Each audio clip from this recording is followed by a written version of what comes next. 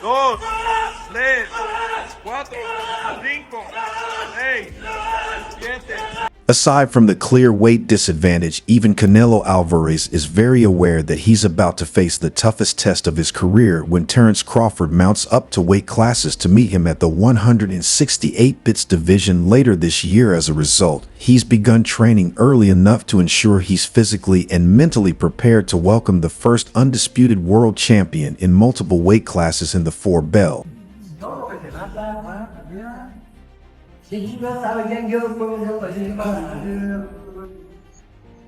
Music era. Canelo Alvarez has devised new training techniques for his opponent, trying to adapt to Terence Crawford's in-ring mobility, boxing skills, and counter-punching ability. Preparing for the bout, Canelo Alvarez has been training intensely to avoid a defeat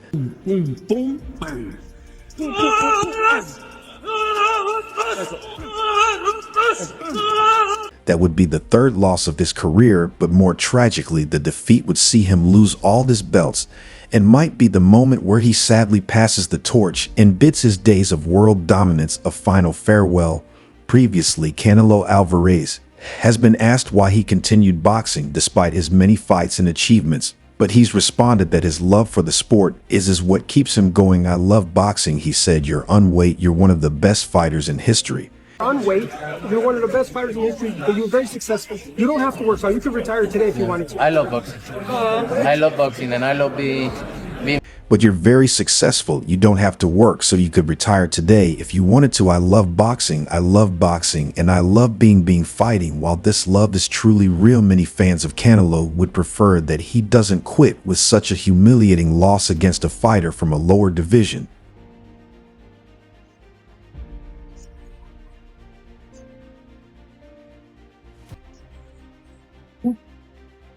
Desde muy temprano hay que salirnos de nuestra zona de comodidad. But gracefully quit as a champion. Nicknamed Canelo, he is the first and only boxer in the history of boxing to become undisputed champion at super middleweight, as he held the World Boxing Association's super title, World Boxing Council, and Ring Magazine titles since 2020, and later he added the International Boxing Federation and World Boxing Organization titles on his waist too in the year 2021. However, he lost one of them to the authorities after avoiding a fight against their mandatory fighter. Canelo trains 6 days a week during a fight camp. He only rests on Sundays and undergoes 2 sessions per day. He then goes for a morning run around 6 o'clock a.m. and after consuming breakfast takes a small power nap to rest for his afternoon training session. Monday, Wednesday, and Friday are for Canelo's exercises. These 3 days of a week are reserved for boxing training. Canelo performs different exercises during his fight training and comes up with game plans to enhance his strategy. Some of these exercises are jump ropes, shadow boxing exercises, the heavy bag workout, strategic music exercises. Canelo's Tuesdays, Thursdays, and Saturdays are reserved for sparring sessions. He, along with his coach and trainer, focus on pure fight training, where he visualizes himself in the ring and prepares for the upcoming D-Day. Canelo, when interviewed about his sparring sessions, said, "It's the hardest thing I do, and it's what fascinates me the most." Canelo prefers incorporating a little bit of everything into his training routine. For his strength workout, he combines body weight and weight training exercises to give himself the strength and conditioning that is needed for a champ to prepare for such an important bout. He has enlisted the help of some good sparring partners, just like he did with Teofimo Lopez, the super lightweight world applause champion Canelo, and the Honduran boxer, who boasts a record of 20 wins with only 1 loss in his category, starred in a video that went viral on social media. The video shows them training at a camp near Lake Tahoe on the border between Nevada and in California. In the video, Canelo can be seen against the ropes delivering his best punches and fine-tuning his movements ahead of the upcoming fight against Berlanga. The Mexican fighter gives a masterclass in defensive techniques, working on his waist movement and dodging his opponent, all without wearing headgear and only marking the punches. Trainer Eddie Rosso, the scene overseeing the entire training session between Alvarez and Teofimo, who appears to have become Canelo's best ally in his preparation to face Berlanga in the ring. The video also shows Canelo explaining to his training partner some tactics to escape from tricky situations when cornered against the ropes. Canelo was seen sharing his expertise with Lopez, particularly on how to handle tough situations against the ropes. Their collaboration has generated significant buzz on the internet.